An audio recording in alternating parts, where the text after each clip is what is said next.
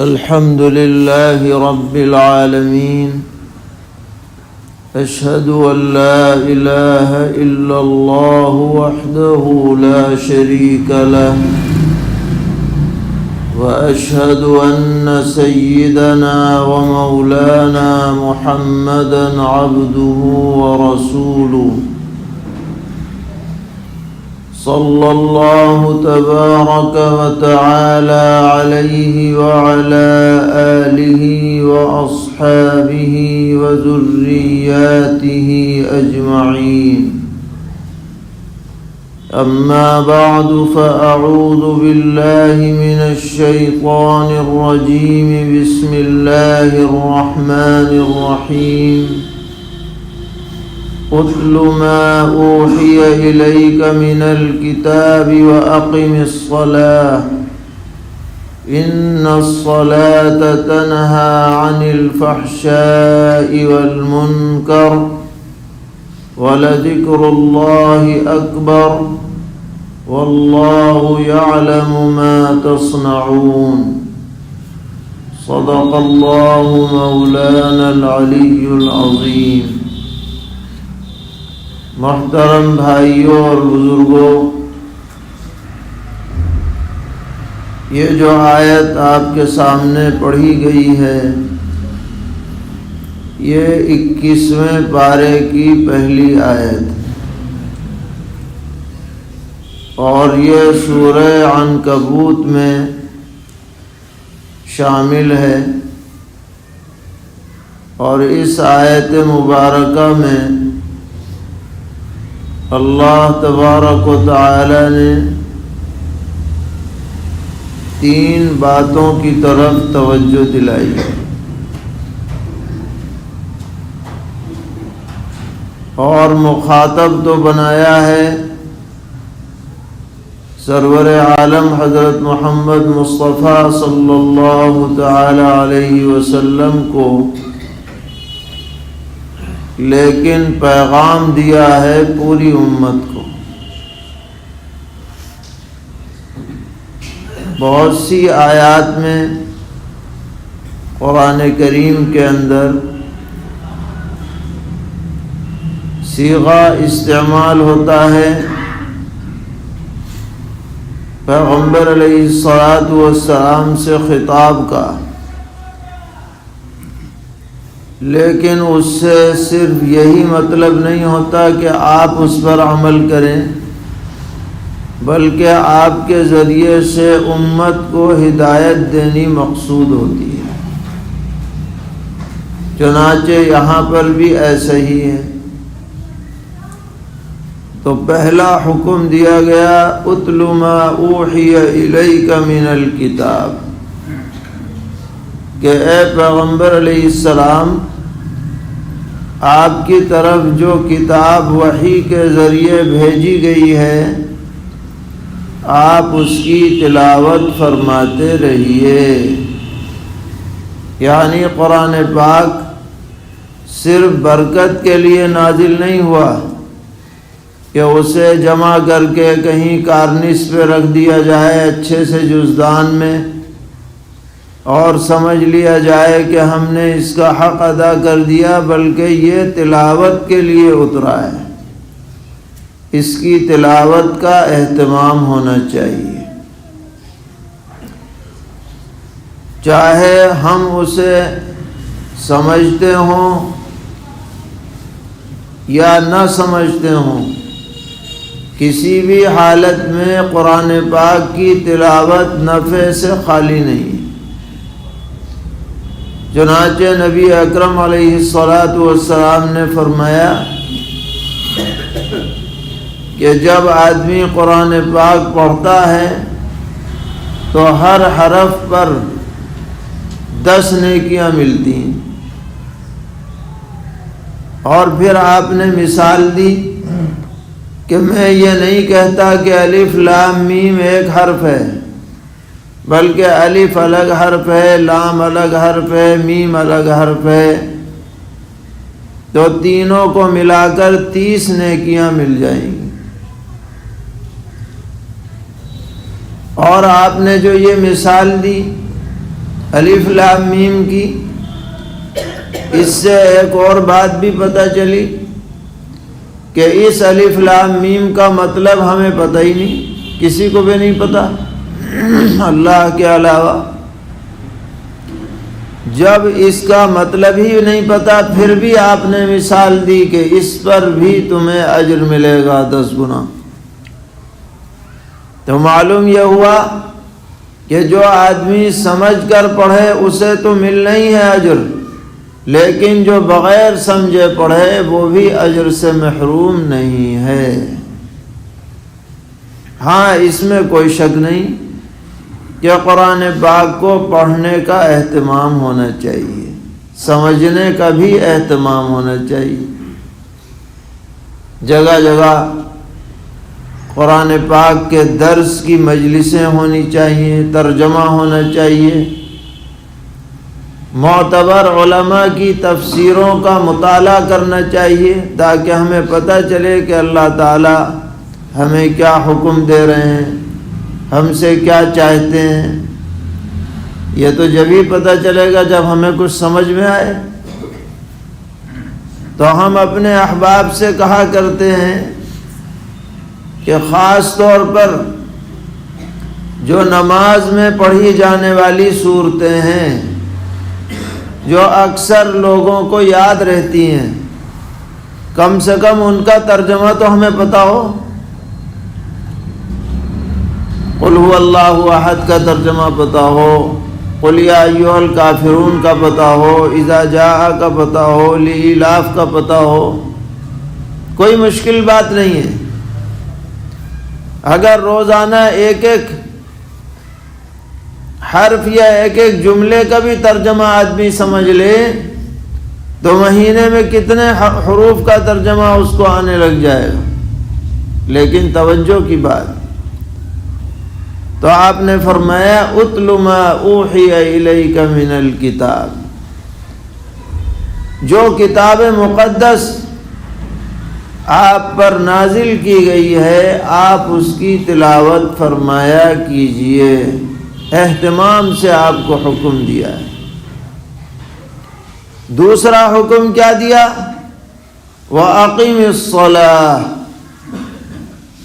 نماز کو قائم فرمائیے۔ خالی یہ نہیں کہا کہ نماز پڑھیے، بلکہ کیا فرمایا؟ اقیم الصلاۃ، نماز کو قائم کیجیے۔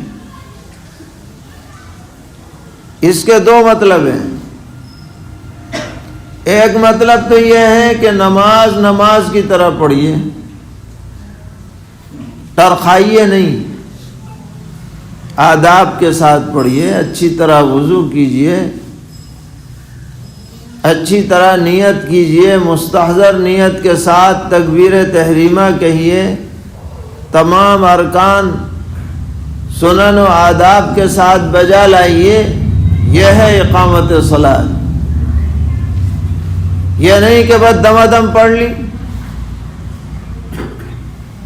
اس بارے میں آپس میں ریس ہو رہی ہے کہ کون کتنی جلدی پڑھتا ہے۔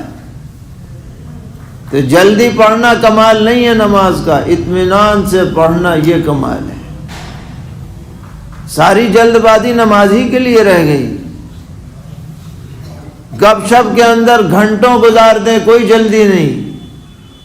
اور نماز میں امام صاحب نے اگر تھوڑی قرات لمبی کر دی تو جزبز ہونے لگ گئے، ناراض ہونے لگ گئے۔ کافی دنوں کی بات ہے، ہمارا دہرادون جانا ہوا، تو وہاں کی مسجد میں فجر کی نماز میں لوگوں نے کہا کہ نماز پڑھاؤ، تو ہم نے نماز پڑھائی۔ پہلی رکعت میں سورہ مزمل اور دوسری میں سورہ انفطار۔ تو حفاظ جانتے ہیں کہ یہ زیادہ لمبی صورتیں نہیں ہیں، معتدل ہیں۔ تو نماز کے بعد ایک صاحب کہنے لگے کہ آج تو آپ نے تراویح پڑھا دی۔ کیوں؟ اس لیے کہ وہاں جو امام صاحب نماز پڑھا رہے تھے وہ فجر کے اندر والعادیات اور القاریہ پڑھا رہے تھے، ویسے ہی عادت بن گئی۔ امام صاحب سے میں نے کہا کہ بھئی یہ کیا طریقہ ہے، یہ تو مغرب کی صورتیں ہیں، یہ تم فجر میں پڑھا رہے ہو۔ کہنے لگے کہ سب ناراض ہو جاتے ہیں، کسی دن بھی اگر لمبی پڑھ دی تو ساری جلد بازی ہماری کہاں رہ گئی؟ نماز میں ٹرخائے چلے جا رہے ہیں۔ تو اگر نماز میں آدمی چوری کرے گا، بے دلی سے پڑھے گا، بغیر خشوع و خضوع کے پڑھے گا، تو وہ اقامت صلاۃ نہیں ہوگی۔ ہو سکتا ہے فرض ادا ہو جائے، لیکن وہ نماز اللہ کے ہاں مقبول نہیں۔ اللہ تعالیٰ کو ہمارے ایسے سجدوں کی ضرورت نہیں، ایسے رکوع کی ضرورت نہیں، ایسے قیام کی ضرورت نہیں۔ اللہ تعالیٰ کو تو بہترین کامل تواضع کے ساتھ، توجہ کے ساتھ، خشوع اور خضوع کے ساتھ پڑھو تو بھی وہ قبول کر لے، تو اس کی طرف سے فضل اور احسان ہے، ورنہ ہم کس قابل ہیں بھی؟ اقامت صلاح یہ ہے۔ اور دوسرا مطلب اس کا یہ ہے کہ نماز کا ماحول بنایا جائے اور باجماعت نماز پڑھی جائے، اکیلے نہیں، باجماعت مسجد میں آ کر کے نماز کا اہتمام ہو۔ 27 گنا زیادہ ثواب ہے جماعت سے نماز کا۔ یہ اجتماعیت والی عبادت ہے۔ پورے گھر کا ماحول نمازیوں کا بننا چاہیے، محلے کا ماحول، مسلمانوں کے محلے کے اندر بے نمازی نظر آئیں، یہ بڑی محرومی کی بات، یہ اللہ تعالیٰ کی بڑی ناشکری کی بات۔ تو اقیم الصلاۃ میں یہ ہے کہ نماز کے آداب و سنن کی رعایت ہو اور ماحول نماز کا بنایا جائے۔ ہمارے ہاں اردو میں کہا جاتا ہے فلاں علاقے میں فلاں کام کھڑا ہو گیا، یعنی سب لوگ اس کی طرف متوجہ ہیں۔ اسی طرح اقامت صلاۃ ہے کہ مسلمانوں کے معاشرے میں نماز کا ماحول قائم ہو جائے، ہر آدمی کو فکر ہو کہ بھئی اب نماز پڑھنی ہے، اب فلاں وقت آ گیا، اب اذان ہو گئی، اب چلنا ہے مسجد میں، کی طرف اس کا دل اٹکا ہوا ہے۔ یہ ماحول ہونا چاہیے۔ اس کے بعد فرمایا کہ نماز اگر پڑھو گے تو اس سے ایک بڑا فائدہ یہ حاصل ہوگا کہ اللہ تعالیٰ اس کی بدولت، اس کی برکت سے بے حیائی کی باتوں سے، گناہ کی باتوں سے بچنے کی توفیق عطا فرمائیں گے۔ فرمایا ان الصلاة تنہی عن الفحشاء والمنکر، بے شک نماز روکتی ہے بے حیائی کی باتوں سے اور گناہ کے کاموں سے۔ اگر آج نہیں رکے گا تو کل رک جائے گا، کل نہیں رکے گا تو پرسوں رک جائے گا۔ یہ نماز اس کو ملامت کرتی رہے گی کہ دیکھ تو نمازی ہے پھر بھی جھوٹ بول رہا ہے، تو نمازی ہے پھر بھی بد نظری کر رہا ہے، تو نمازی ہے پھر بھی کسی کا مال غصب کر رہا ہے۔ ایک دن آئے گا اور ضرور آئے گا کہ یہ نماز اس کے لیے ذریعہ ہدایت بن جائے گی، ذریعہ نجات بن جائے گی، برائیوں سے بچنے کا سبب بن جائے گی۔ نمازی آدمی پاک رہتا ہے، اس کا بدن بھی پاک رہے گا، کپڑے بھی پاک رہیں گے، وضو اور غسل کا بھی وہ اہتمام رکھے گا۔ یہ سب چیزیں آدمی کو پاکیزہ بناتی ہیں۔